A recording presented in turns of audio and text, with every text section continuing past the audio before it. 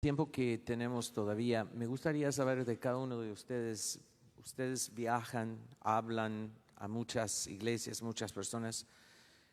Y me imagino que cada uno tiene una diferente perspectiva, pero ¿cuál es la palabra, la exhortación que ustedes creen que la iglesia, porque la iglesia está aquí, está escuchando en línea, la exhortación que la iglesia necesita hoy en día? ¿Qué más han visto ustedes? Cada época, cada generación, obviamente tenemos que volver al Evangelio, pero hoy en día, ¿cuál es la necesidad que ustedes han visto que Dios ha mostrado que la iglesia realmente necesita hoy?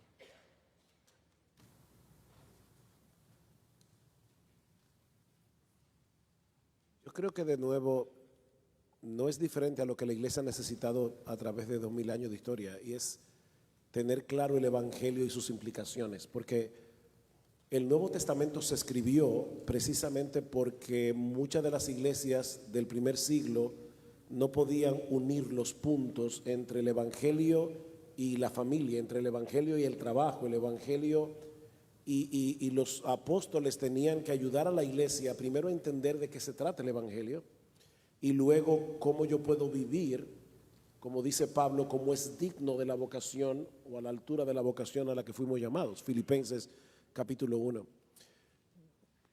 Yo viajo mucho sobre todo por América Latina más que cualquier otro lugar. Paul tal vez tiene un panorama mucho más amplio porque viaja, y el hermano Evis Carballosa por igual.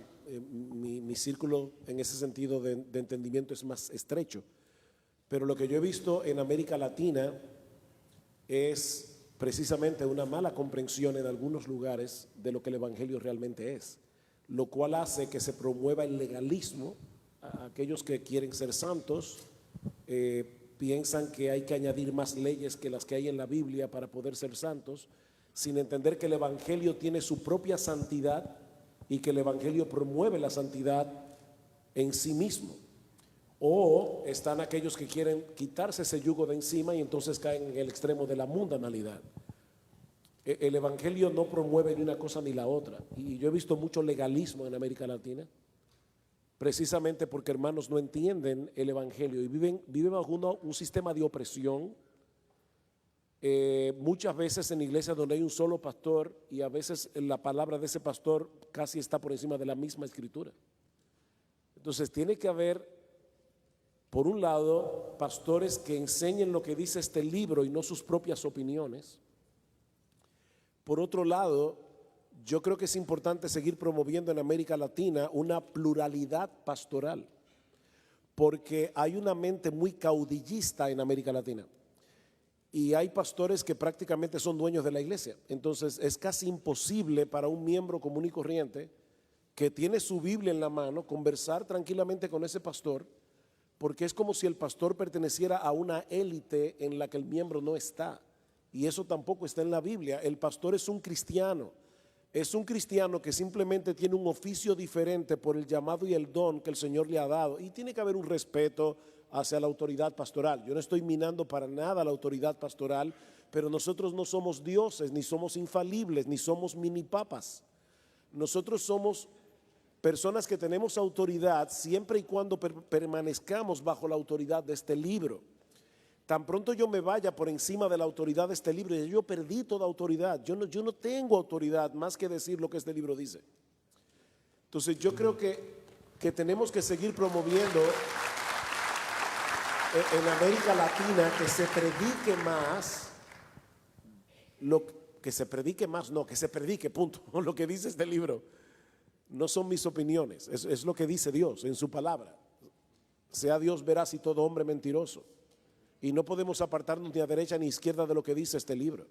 Una de las cosas que nosotros le decimos a nuestros hermanos en la iglesia es: ustedes tienen la responsabilidad de defender el Evangelio, no solo nosotros.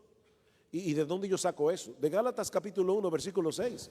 Pablo está escribiendo una carta a una iglesia y le dice a esa iglesia: si aún nosotros o un ángel del cielo os predicar un evangelio diferente del que os hemos anunciado, sea anatema. Y nosotros le decimos a nuestra iglesia: hermanos, ustedes tienen la responsabilidad de que si alguno de sus pastores se desvían y comienzan a predicar algo diferente de lo que dice este libro, ustedes tienen que sacarlo del púlpito. Esa es vuestra responsabilidad. Ustedes tienen que conocer lo que dice este libro, no solamente nosotros como pastores. Romanos capítulo 16, os rogamos, hermanos, no dice pastores, que os fijéis en los que causan divisiones y tropiezos en contra de la doctrina que vosotros habéis aprendido, la doctrina apostólica, y que os apartéis de ellos. Amén.